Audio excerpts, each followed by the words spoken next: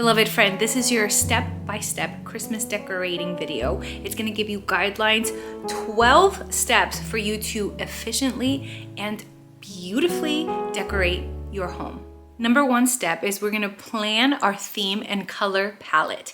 Yes, we're not gonna move forward until we look at the whole picture and dream big, girl. I'm gonna give you some options and I'm gonna put some inspiration here for you so that you can start dreaming up what you can possibly do with your space. Step two, you're gonna take inventory and declutter, okay? Don't take one step before you do this because this is where we lose money, right? This is where we go to the store, it's Hobby Lobby, they have their best sale going on and you're like, oh shoot, I need this and this and this. And then you get stuff that you might already have in your stash.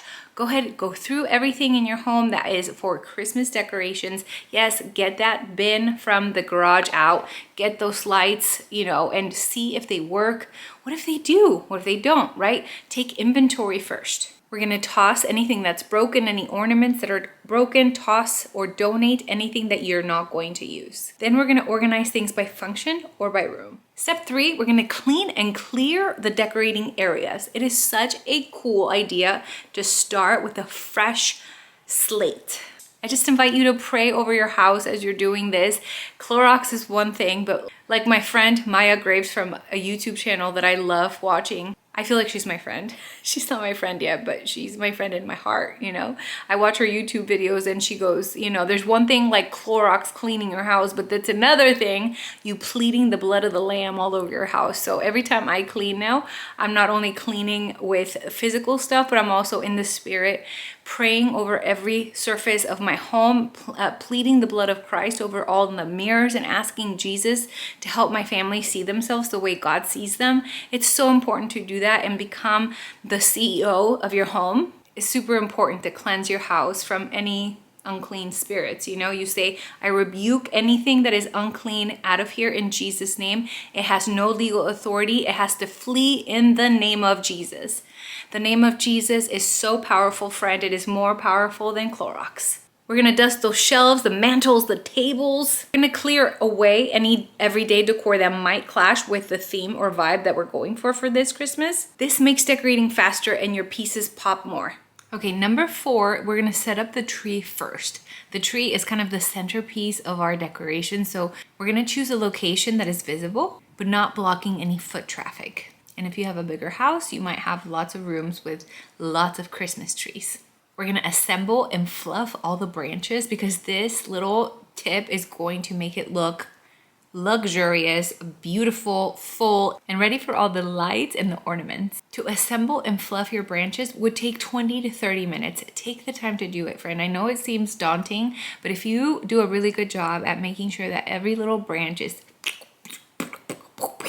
gosh, it's gonna look so cute. The time that you spend now is gonna just give off all the vibes when you have your friends and family over for your holiday parties. Step five is we're gonna layer tree decorations efficiently. We're gonna use a three-phase approach, okay? One, lights. We're gonna start from the bottom up, inside to out. Number two, we're gonna work on the garland and the ribbon. You're gonna spiral around or vertically drape. Number three, ornaments. Large first, then fill with smaller ones. Now we're gonna top it all off with a star or something beautiful at the top of the tree. Number six is we're gonna focus on one area at a time. Don't scatter between rooms. Finish one space, example, your living room, your bedroom, your bathroom, before moving on. It keeps the progress organized and satisfying. Number seven, we're gonna decorate the entryway and the living spaces next. You can add a wreath or a garland at the door, a festive doormat. Oh my gosh, there are so many cute ones. I'm gonna leave links of all of my favorite Christmas decorations down below for you. You can add stockings to the mantle. You can have a bowl with candies. You can have a bowl of ornaments or candles as centerpieces. These make the biggest impact for family and friends that are coming to visit you. Number eight, we're gonna use the Decor triangle rule. In each room, you're gonna create 3 focal points at different heights. For example, a little tree with a mantle and a tabletop centerpiece. It keeps the decor balanced and visually interesting. Number 9, we're gonna add soft ambience. You're gonna swap cozy pillows and throws and blankets in your color theme. You can plug in smart timer outlets so that you don't have to deal with turning off and on all of your lights. You can add a subtle seasonal scent with a Pura diffuser or with a candle. You can choose pine or cinnamon or vanilla. What is your favorite? Comment down below, what is your favorite holiday scent? Like if someone said holiday, what scent will you scream out? I would say cinnamon. I think that's my favorite. I think cinnamon and vanilla, like together, like cinnamon vanilla. And number 10, you're gonna decorate in the morning where there's light so that you can be safe. You can check your cords for wear and tear, and you can use outdoor rated extension cables. A few simple touches on the outside is gonna make your house look super warm. You can do a door wreath, light wrapped shrubs, maybe pathway lanterns. Number 11 is gonna help your future Christmas self. You're gonna label and store, very smart for next year. You're gonna go ahead and label your bins with like tree ornaments, kitchen decor, lights. That saves you huge in time next year. There's no better time than the present. So start your organization today and make sure if you have a little extra budget in the decoration pile, use a little to go to IKEA or somewhere that they have like good little organizing bins. You can store and label your things. Last but not the least, to add final personal touches. After the basics of your decoration, you're gonna sprinkle in small sentimental details. You can do family photos and Christmas frames. I have this little IKEA thing where I have a bunch of different pictures and I seasonally change those out to match my vibe. One year for Christmas, I went to like all of our Google photos and I typed in Christmas on the Google Doc thing. So every photo that I'd taken on my iPhone from every Christmas past came to me, and I put it in a little folder and I printed out my favorite ones. And that is what I did with like a little collage of our Christmas pasts. I think for this year, my theme is gonna be this whole year. I'm gonna print out photos that give me that cozy like winter vibe. And I wanna showcase and display our entire year in photos in this little IKEA picture frame. So just go sentimental with it. Do some pictures. If you have kids, I love displaying art of my kids on the walls. And I sometimes even display my own art on the walls because why not? If it's your house, you could be Picasso, right? It is the cutest thing for me, like as a mom, like I've loved putting up my little kids' artwork. It's been such a joy to do that. And now that they're older, I look back and I'm like, I'm so glad that I did that. And I'm so glad that I still have some of their old artwork because man, life is crazy. It goes by so quick.